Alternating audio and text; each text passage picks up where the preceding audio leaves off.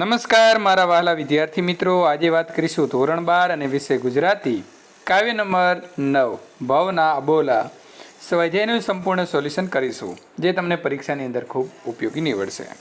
આ જવાબો તમે ગુજરાતીની નોટબુકમાં પણ લખી શકો છો. મિત્રો, આપણી ચેનલની અંદર તમામ વિષયના સ્વાધ્યાય સોલ્યુશન સાથે મૂકવામાં આવે છે. જો જોવા માંગો છો તો ચેનલને સબસ્ક્રાઈબ કરી બાજુમાં આપેલા બેલ આઇકન ઉપર ઓલ નોટિફિકેશન કરી દેજો.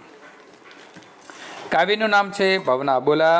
સાહિત્ય કૃતિનો પ્રકાર છે લોકગીત. સ્વાધ્યાય પ્રશ્ન નંબર 1. નીચેના પ્રશ્નોના એક વાક્યમાં ઉત્તર લખો. પ્રશ્ન નંબર 1. લોકગીતની નાયિકા શા માટે વ્યથિત છે?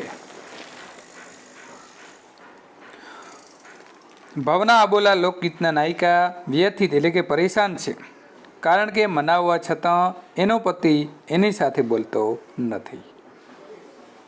પ્રશ્ન નંબર 2. લોકગીતની નાયિકા કોને સંદેશો લઈ જવાનું કાર્ય સોંપે છે? ભવના અબોલા લોકગીતની નાયિકા સાંભળીને સંદેશો લઈ જવાનું કાર્ય સોંપે છે. પ્રશ્ન નંબર 3. નાયિકા કોને સંદેશો મોકલવા ઝંખે છે? નાયિકા તેના દાદાને સંદેશો મોકલવા ઝંખે છે. પ્રશ્ન નંબર 4. પિતાએ પુત્રીને શી સલાહ આપી? પિતાએ દીકરીને સાસરીમાં સુખ તો સૌ ભોગવે છે, પણ જે દુઃખ સહન કરે છે તે જ ખાનદાન કહેવાય, એવી સલાહ આપી. પ્રશ્ન નંબર 2. નીચેના પ્રશ્નોના 2-3 વાક્યમાં ઉત્તર લખો. કાચના કમાડ શબ્દ દ્વારા નાયિકાની શી વેદના પ્રગટી છે? કાચના કમાડ દ્વારા નાયિકા પોતાની વેદના જણાવે છે કે હવે તેને આખી જિંદગી પતિના અબોલા સહેવા પડશે. પતિ સાથેના પ્રેમ સંબંધની પરિસ્થિતિ કાચના કમાડ જેવી નાજુક થઈ ગઈ છે. પ્રશ્ન નંબર 2. નાયિકા શું સંદેશ મોકલાવે છે? નાયિકા દાદાને પોતાના માથે દુઃખ આવી પડ્યા છે એ સંદેશો મોકલે છે. પ્રશ્ન નંબર 3. નાયિકાને કયા દુઃખ વેઠવા પડે છે? નાયિકાએ પોતાના પતિને મનાવવા માટે ખૂબ પ્રયત્ન કર્યા છતાં પતિ કોઈ વાતે રીઝતો નથી. પત્નીને સાસરીમાં ગમે તેવા દુઃખ પડે તો તે સહન કરી શકે, પણ પતિ જ એનાથી મોઢું કરી લે, તેની સાથે અબોલા લે, એ દુઃખ સામાન્ય નથી. નાયિકાને આ દુઃખ વેઠવું પડ્યું છે. પ્રશ્ન નંબર 3. નીચેના પ્રશ્નોના સવિસ્તાર ઉત્તર લખો. પ્રશ્ન નંબર 1. નાયિકાએ પતિને મનાવવા પ્રયત્ન કર્યા, તેનું શું પરિણામ આવ્યું? તો નાયિકાએ પતિને મનાવવા ડુંગર ખોદીને રહેવા માટે ખાસ ઘર તૈયાર કર્યું.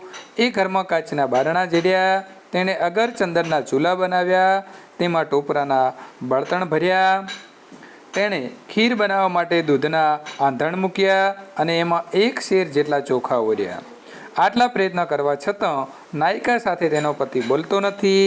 આથી આ નાજુક પરિસ્થિતિથી મૂંઝાયેલી નાયિકા એટલે કે દીકરી તેના ઉકેલ માટે દાદાને સંદેશો મોકલે છે. પ્રશ્ન નંબર 2. નાયિકાએ મોકલેલ સંદેશ લખો. તો દાદાની સલાહ જાણી દીકરી દાદાને ફરી પોતાની વ્યથા વ્યક્ત કરતા કહે છે કે પરિસ્થિતિ એટલી નાજુક છે કે તેને કેમ ઉકેલવી. એના સંદર્ભમાં દીકરી કેટલાક ઉદાહરણ આપે છે, જેમ કે ખેતર ખેડી શકાય પણ ડુંગરને કેમ ખેડવો, કૂવામાં કેટલું પાણી છે તેનો તાગ કાઢી શકાય, પણ સમુદ્રના પાણીનો તાગ સી રીતે કાઢી શકાય. ટાંટો એટલે કે બળદ વેચી શકાય, પણ પરણ્યો એટલે કે પતિને થોડું વેચી દેવાય. કાગળ હોય તો વાંચી શકાય, પણ કર્મમાં એટલે કે અર્થાત નસીબમાં શું લખ્યું છે તે સી રીતે જાણવું.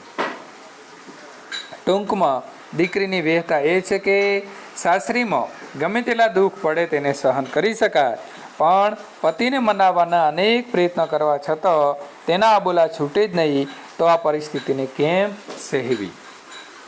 તો સંપૂર્ણ મિત્રો કાવ્ય નંબર 9નું સોલ્યુશન પૂર્ણ થાય છે. પાઠ નંબર 10નું જે સોલ્યુશન મેળવવા માંગો છો તો આપેલી એન્ડ સ્ક્રીન છે એના ઉપર ક્લિક કરી અને મેળવી શકો છો.